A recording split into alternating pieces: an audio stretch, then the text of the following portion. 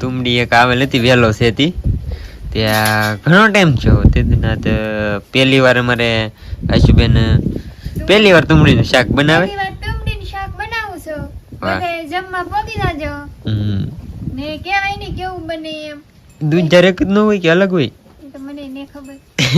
દૂધ જેવું છે દૂધ જેવું જ બનશે ને જેવું બને એવું બનાવો પછી ખબર પડે કેવું બને તુમડાનું શાક બનાવ્યું છે મમ્મી આ આટો મારવા જતા